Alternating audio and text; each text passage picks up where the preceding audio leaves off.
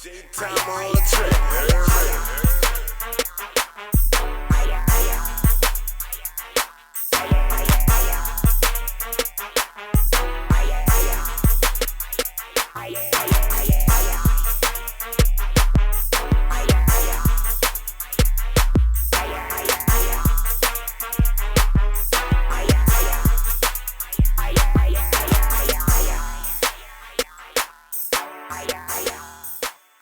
Cash Money was doing this thing at Big Easy called Cash Money Fridays at the Big Easy. And then it was like if you win 3 times in a row, you get an opportunity to get a deal with Cash Money. So before Big Boy was even established, we had an opportunity to get a deal with Cash Money. So we won it 3 times. That's when Cash Money was at the Gas and Light building right on Barome in the CBD area. So we go over there to check them out. We on the bus and everything like that. Yeah, you know what I'm saying? Young niggas, bomb. yeah. So we catch the bus from the east up there. We go to meet them. And, we met, Cash Money over there, and they had Yellow and Pimp Daddy and, Big Heavy. All these niggas was in there. And Yellow had raised his hand and was like, look, bro, y'all trying to sign all these new niggas, when we gonna get paid for 6 and Barone? That was a red flag for me, you know what I'm saying? Because that was about my paper, you know what I'm saying, out the gate, like, you know what I'm saying? So I was like... So Yellow telling this to Birdman? He said that to Baby, introducing us, like, look, these some new niggas we gonna bring to the team, and in the middle of him saying that, Yellow raised his hand, like, hold up, but let me say Yellow something. was a real nigga. Yeah, he was about his business, I guess, so nigga asked him, what you gotta say, Yellow? He was like, man, y'all see y'all bringing all these new niggas on. Right there, let me know they had a little tension with us, like, Right, so, nigga, like, I don't need to be here. So it was like, you're bringing all these new niggas on, when we gonna get our paper for 6 and Barone? So I was like, I felt that, kind of let it go. I'm 4 years older than Kango, so Kango 15 years old at the time. I'm 19, I'm fresh in college, you know what I'm saying? So I'm like, we get back on the bus, I'm telling Kango, like, I really wasn't feeling them dudes, you know what I'm saying? I'm like, just to be honest, bro, I said, they was kind of feeling you more, because Kango was like, like I said, he had the harmony. So they got him working with Pimp Daddy in there, y'all go work on the song. Right. And I'm just not feeling it. They trying to separate me and Kango. They like, I saw him by himself. We saw you on Pee Wee mixtape. We heard you on Pee Wee mixtape. We really want y'all as separate artists, you know what I'm saying? So I was like, Kango, they kind of feeling you, bro. If I ain't gonna hold you back, you know what I'm saying? If you wanna go with them, you know what I'm saying, go ahead and mess with Cash Money. You wanted to fuck with it? He was more like, man, you brought me in the game, you know what I'm saying? Wherever you go, I'm going. Like, you know what I'm saying? If it wasn't for you, I probably wouldn't even be here, you know what I'm saying? So on that level, you know what I'm saying? Wherever you want to go, that's where we going to go. So I said, look, bro, if you roll with me, I'm going to find us a record deal, you know what I'm saying? So Sporty T and them, we all out of, me and Sporty and them out of Hollywood Grove together. So I had won the Gong Show a few times without Kango being involved. And Sporty T was in it a few times, so he had saw that, like, damn, dude got a little potential. He had been winning these bitches. Right. So I was working at Swagman, bro. I was a cashier at Swagman. Yeah. And nigga come through my line and was like, say, bro, ain't you that little dude that was rapping in the Big East? I'm like, yeah. He was like, what time you get up? I'm like, 4. Sporty T? Yeah, Sporty. He was like, I'm gonna come back and get you. I won't chop it up with you. Come back, about 4:15, whatever. I get off, I fuck with him.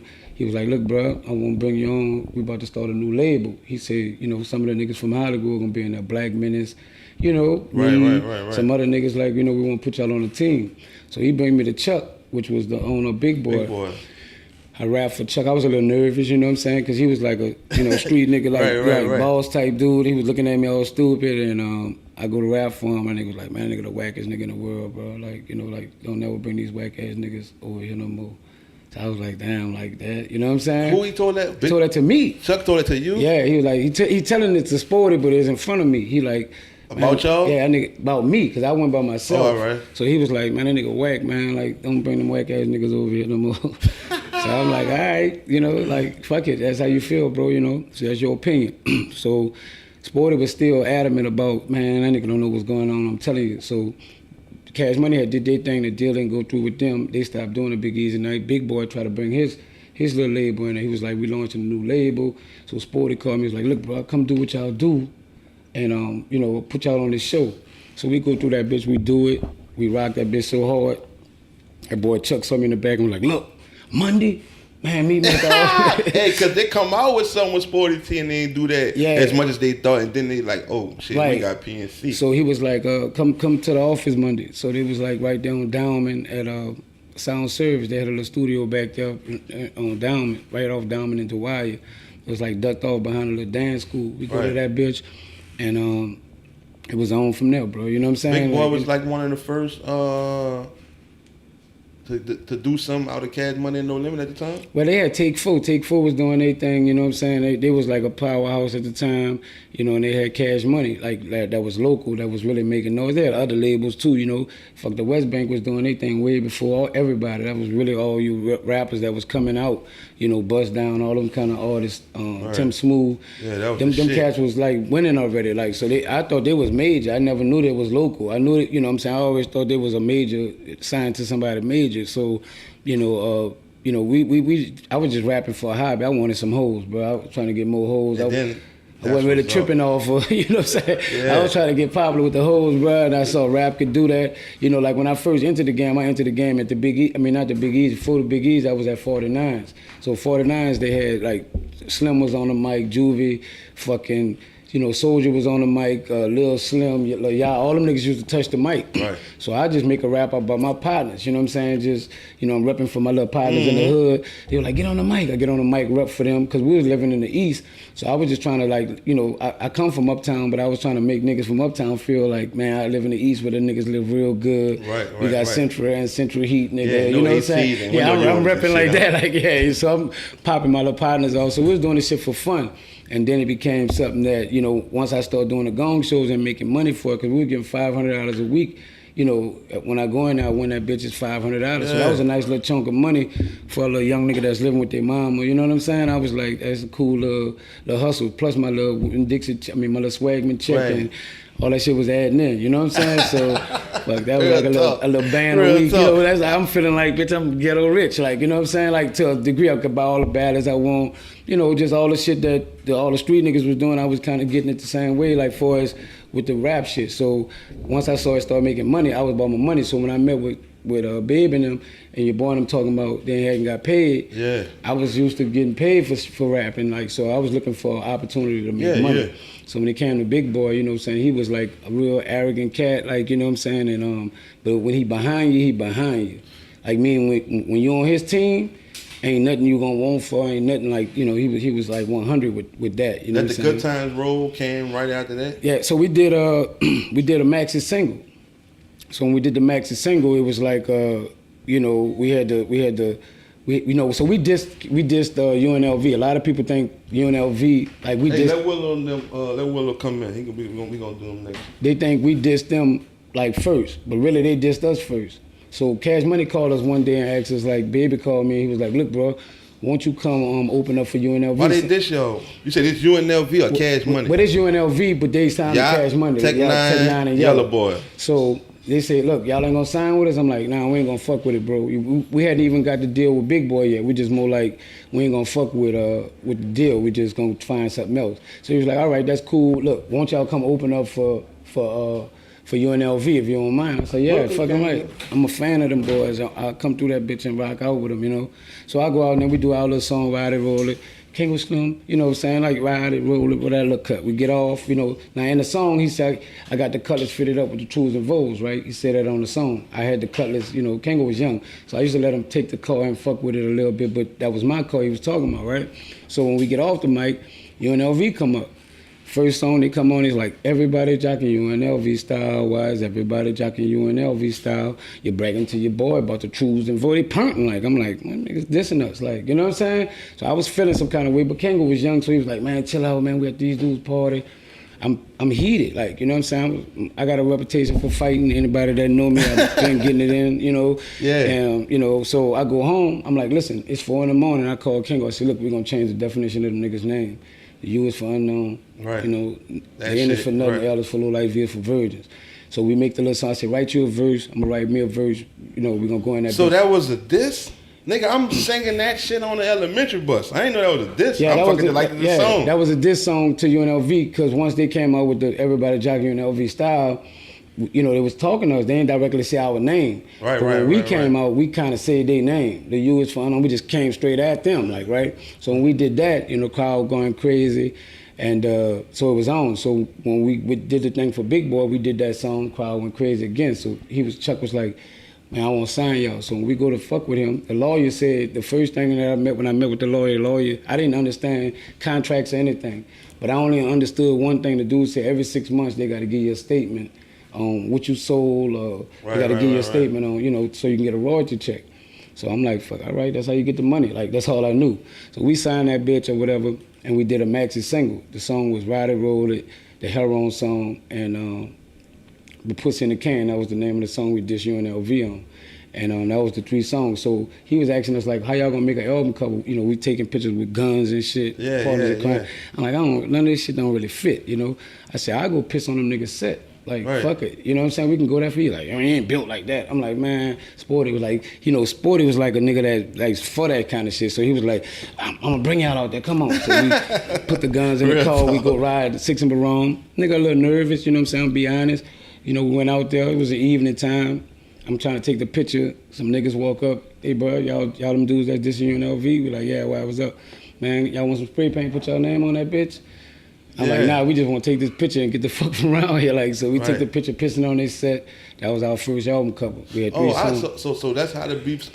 So the Dragon from the River and all that. That was later. That came later. That's once the beef had really like got stirred up. Like at that time, you know what I'm saying? But when it first started, that's how it actually started. Right. So Yellow Boy and them dropped Dragon from the River, and y'all dropped that Don't Get Comfortable? No, when they dropped that, Mystical was popping off here. Just got to deal with Jive. All right, you know, at the time, you know what I'm saying? So they just Mystical, you know, which Yellow's, I mean, y'all fat said it was like a fake battle, a fake battle. I didn't know nothing. I didn't know nothing about that because I had a real beef with them. So in my mind, y'all shit wasn't no publicity. Yeah, it wasn't no publicity. It was really, I ain't like them. They ain't really like us. You know what I'm saying? So when that came out, you know, we told Mystical to stop worrying about them. You know, let us handle them and just focus on your deal. So we came out with the Don't Get Comfortable after they did, you know, Dragon from the River, which that bitch was hard. Man, I gotta give the F on that one. Listen, nigga, bro. I was fucking, that song right there, I was on this, I gotta keep it real. I was on that shit that they dropped, but boy, when that fucking Don't Get Comfortable came out, nigga, I'm already was a bully in elementary, boy, that shit ain't making it no fucking better. Hey, well look, I know, nigga, you gonna give me the long version. Hey, well look, check it out. Hey, check it out. Dog, that shit was crazy, my nigga. That fucking song right there was crazy, dog. I played that shit so many times, dog. When they made Dragon from the River, right? They had an overnight sale at Odyssey on Canal Street. So we was messy. Like, I was a messy nigga, bro. Like, you know, I wasn't no bully, but I was just messy, like, with it. Like, you know, I'm a push the issue when I got beef with anybody. So I said, man, we going to the overnight sale. We going to get that bitch. So we go in there and get it. Like, that nigga Gary from Odyssey, that's the nigga who owned it, white boy. He was like, what y'all want, tape or CD? I said, give me a CD. You know what I'm saying? I had a Taurus wagon with some Distant Vogues on that bitch, right? Buku sound on that bitch. I said, so my partner Dejon was with me. Yella knew Dejon. So when we buy the CD, he said, go to number 4. Dejon, go to number 4. So I thought it was a disc for us. I get in the car, we sitting outside. We ain't never pull off yet. We put that bitch on, that bitch came on, take the praise out his head, Yella. I'm listening to that bitch, I'm like, that bitch was so hard, bro. I listened to the whole song. We listened to the whole song, then I just drove off. I said, Kango, them bitches ain't say nothing about us. Ooh, cause that bitch was hard. That was like one of the ones. Like I was like, ooh. So you said like nigga just did it to Mystical? They just kind of was dissing Mystical, so I was just like, ooh, they didn't say our name good. You know what I'm saying? Cause to me that was like kind of hard to come back. So which made Don't Get Comfortable that easy to come with because it was like more like they wasn't talking about us. We just gonna avenge Mystical like little rep, like you know what I'm saying? Right. So, how the fuck a nigga got the fucking whole New Orleans start saying, I need some heroin, man? How, like. Cause like you would be a nigga. We older, cause I mean like that too. So we'll be a nigga like, man, the dudes that's coming up right now, that's all they fuck with is the drugs. You know what I'm saying? And a nigga against that, but shit, nigga had that song like. It was cool. It was like just like Molly is. Like in the day's time or pill popping in today's time, it was a cool thing. You got to think about it. Back then, them hoes was saying, man, you fucked me on that dope dick. And so all that was popular. So I wasn't a nigga that fuck with no dope, but all my partners was getting loaded. Like, you know what I'm saying? It was just a thing. You know, contrary to what people may think, we thought we was making a song opposite of what how it went. We thought that if we made a song talking about the dope, niggas wouldn't fuck with it because we were talking about it got me spooky, got me doing, you know. So we thought maybe niggas wouldn't have did it. We didn't know the power of the tongue around that time. We just knew Kango had the little vibe, you know, already, and I just wrote a verse to it. He brought that concept to me, like, for us, you know what I'm saying? I think him and the dude named Holly Grove Rome had made it up. I think a nigga named Ronnie out of Holly Grove had came up with the concept, but, you know, Kango wound up running with I think he was the nigga that made the melody, so he came and brought it to me. I just wrote a verse to it, we put it out, and not knowing what he was gonna do, you know what I'm saying? When you look back, you be like, damn man, I should've fucked with Cash Money? Think about that shit sometimes? Nah, but I'll probably be dead if I fuck with Cash Money, dude, because of who I was, like the type of dude I was. You know, me and Baby would have bumped heads. I knew that out the gate. Baby ain't nothing but a few years older than me, so he couldn't have sunned me like he would have sunned some of them other dudes, you know what I'm saying? Like, we would have bumped heads, and I wasn't never scared of no nigga to be like, you know, whatever you was about, it was just about whatever, you know what I'm saying? Like, you know, whatever people may think, however a nigga may look, they ain't had nothing to do with it. I was a new scary dude, and I was like always, I had a small man complex, so I had the red dude complex and the small dude complex. Right. So I was flexing up on niggas like fast, like what? You know, what you say? Like I'm checking it out the gate. So if anything would have went wrong on that label, you know what I'm saying? You know, Baby would have got rid of me. Like, you know, I'm quite sure. Beefing with them still kind of blackballed the nigga in your opinion, somewhat? Well, I got blackballed two ways, bro. I got blackballed, I feel like through.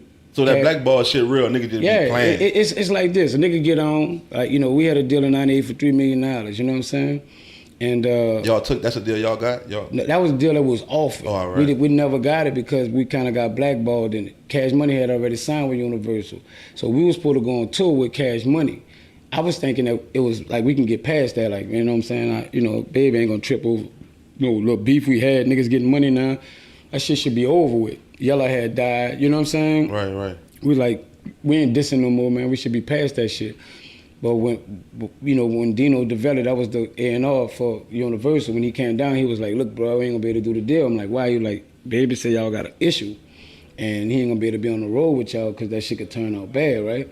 So I was like, man, that shit ain't that kind of real beef. You know what I'm saying? Like between Baby and them, the niggas we had beef with, they ain't even signed to that label no more. They got they got BG and some other niggas now. They ain't even. So I went to talk to Baby. Baby was like, we gonna square it out, which they didn't, and we just UNLV wasn't signed to them at this time? They was done. They was gone. They was gone. Yella died. It was over. Like, they wasn't with them no more. They was on to the new wave of artists at this time. It's like in '98. You know what I'm saying? So the Hot Boys was forming. It was Hot Boys, Juvenile. It was going that route. You know what I'm saying? So Soldier Rag and all that shit that came out. You know what I'm saying? So we just felt like it was over. You know what I'm saying? I was offered the opportunity to just diss fucking Baby and them. Like, you know what I'm saying? Like, real talk from a Go Get 'Em Records. Like, you know what I'm saying? They just wanted us to just diss Baby and them. Right. I'm like, and GANGSTA came to my house. You know, GANGSTA was originally from Gertown. So he came, but me and Kango was living together at this time in Gertown. So he come to the house, he was like, look, bro, Beatrice, man. That's when they was calling him Beatrice, B32 and all that. He was like, man, that nigga, let that shit go. You know, and out of respect, I know he was one of the hitters for him, so I was just like, I respect that, you know, and I'm listening to Pac. Don't go to war if your money ain't right.